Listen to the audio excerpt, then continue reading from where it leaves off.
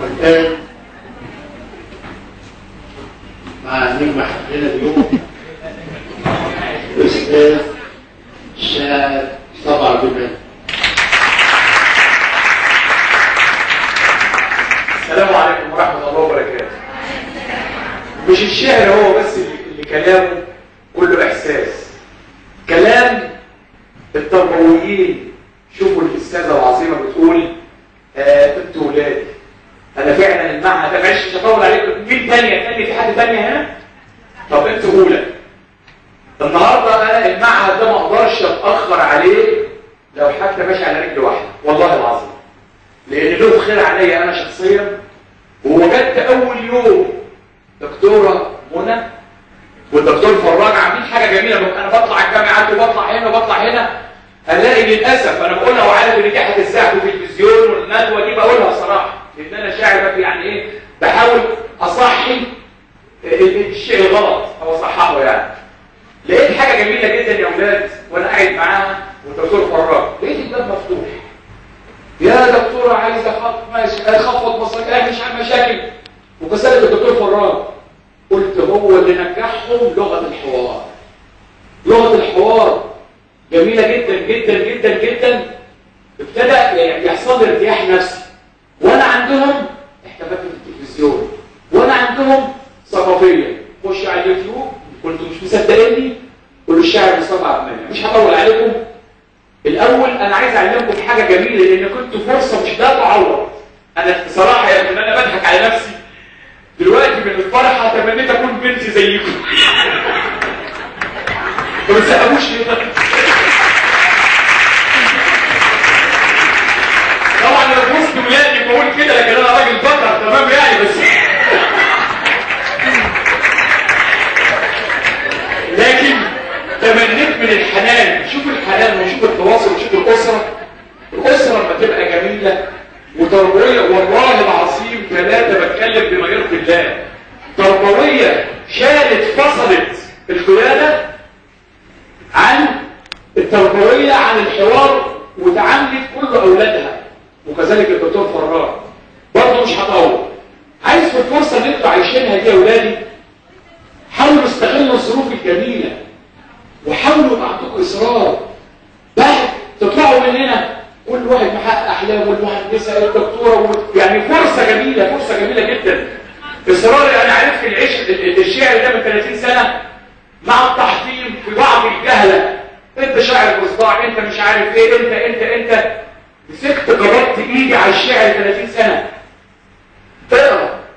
قابلت شاعر كبير لا داعي ذكر اسمه لان هو اوصاني بكده. قال لي طول ما تقرا المخ ده بطاريه. البطاريه بتعمل سلك للكتاب. الكتاب بيدي كهرباء يدي ثقافه. مع مدار الوقت عندك معلوماتك كلها تامه. دخلت المهرجان العالمي للشعراء، اتعلمت ايطالي في نحو الاميه عشان اتعلم ايطالي عشان اعرف لغه البلد اللي انا رايح. ازاي 180 دوله بما فيهم اسرائيل مش تجي بالمهرجان على الهواء باليوتيوب. المهرجان على اليوتيوب لما وزير الثقافه الايطالي بيقول لي انت جيت بلدنا وانت عربي واحنا المستوى المستضيف نسقط. فطبعا دخلت وربنا وفقني وطلعت الثاني على العالم 180 دوله بما فيهم اسرائيل. مهرجان على موجود اهو. والله العظيم مش بقول عشان التسييف. انا لا عايز تسييف ولا عايز تلفزيونات. زمايلي اللي قاعدين قلتها في التلفزيونات. انا حامل رساله ربنا هيسالني عليها. عارفين هيسالني عليها ليه؟ تعالى اديتك ميزتك عن اي انسان بالابداع. عملت ايه للامه؟ مش عايز فلوس ولا عايز تلفزيونات. ساعدني النهارده ان انا جاي احاول مع اولادي واتحاور معاهم. فطبعا يا اولاد مش هطول عشان ما نضيعش الوقت. الاصرار. انت بايديك زي ما قالت الدكتوره. عايز تبقى كويس بايديك لا بابا ولا ماما. انت فكرك. هنتكلم عن حاجات جميله جدا جدا بس هنا دلوقتي الدكتوره يعني انت حضرتك طالبه طب معلش ليه انا كتبت حته زجل صغيره عشان اشوف نفسي في الزجل عامل ايه قبل ما اجي يعني. يوم ورا يوم ومرت الايام. بس سامحوني بقى زي ما قال استاذ محمد لو كلمه كل الشعر انا حافظه. فتحه الباب. طب نكمل بعد الفاصل.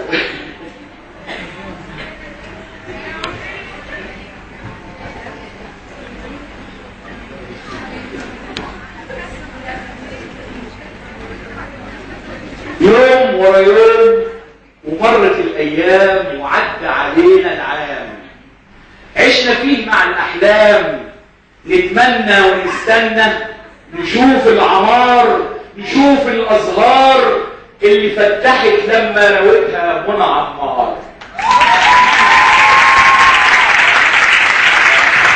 مش معنى عشان الرئيسة كبيرة يعني انا ما لقيتش تسيبها زيها وده ده.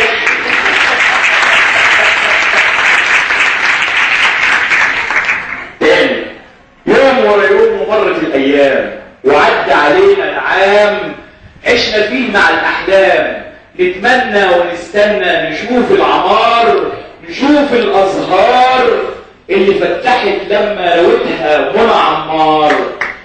سامع خلاص والنهارده في يوم عيدكم نتمنى نسعدكم وينورنا معاكم احلى سراج مع نور فراج،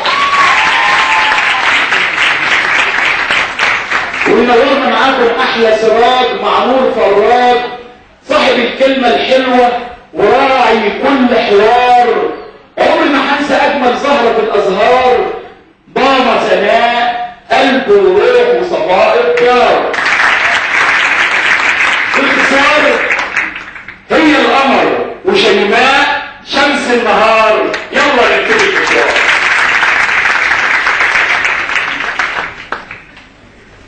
اول ما هنبدا هنقول اغنيه دينيه الاول، يعني اسمها صلوا على المختار.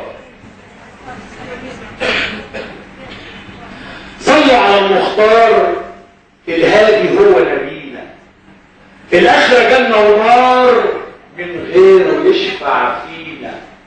صلوا عليه وسلموا وعن حياته تكلموا، تتهنوا بالاسرار. صلوا على المختار. مولود ما شافش ابوه وهو اغلى هديه، والمرضعات سابوه الا حليمه السعديه. مخلوق يتيم من اوله، اخلاقه حلوه تكمله، المر ياما تحمله من اسوة الكفار. صلوا على المختار. بركته راعى اليتامى، وصى عليهم كل كريم، وقال لنا يوم القيامه يبقى معايا راعي اليتيم. نور حياتنا بحكمته، خلاها حلوه برحمته. يا ريتنا نتبع سنته ونعيش مع الانوار. صلوا على المختار. اشمعنى دي يعني؟ برضه معلش ديني بعد اذنك بس حته صغيره كده. طب حاضر هقول بس. ربنا سبحانه وتعالى فتح التوبه 24 ساعه، كلنا سنوب. ساعة رضاك خلتني اسبح في فضاك. لا كده انا اللي رايح واللي جاي بحس ان انا هخش ادرس في اي حد.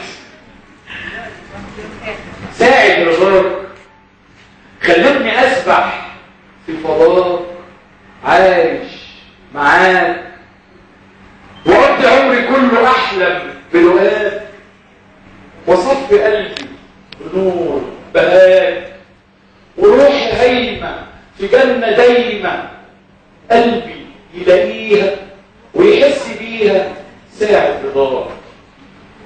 طول عمري بحلم بمحبتك، مؤمن بوحدانيتك، عاصي شايل ذنوبي على راسي، عايش بقاسي خايف صحيح من غضبتك، نفسي في عفوك ورحمتك، مشتاق لجنتك عشان تمتعني برؤيتك، طالب رضاك والامر امرك وقدرتك، ارفع ايديا لسماك واطلب رضاك.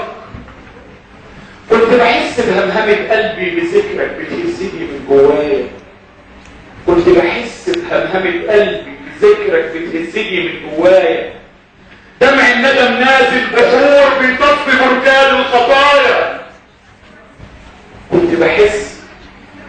كنت بحس بهمهمة قلبي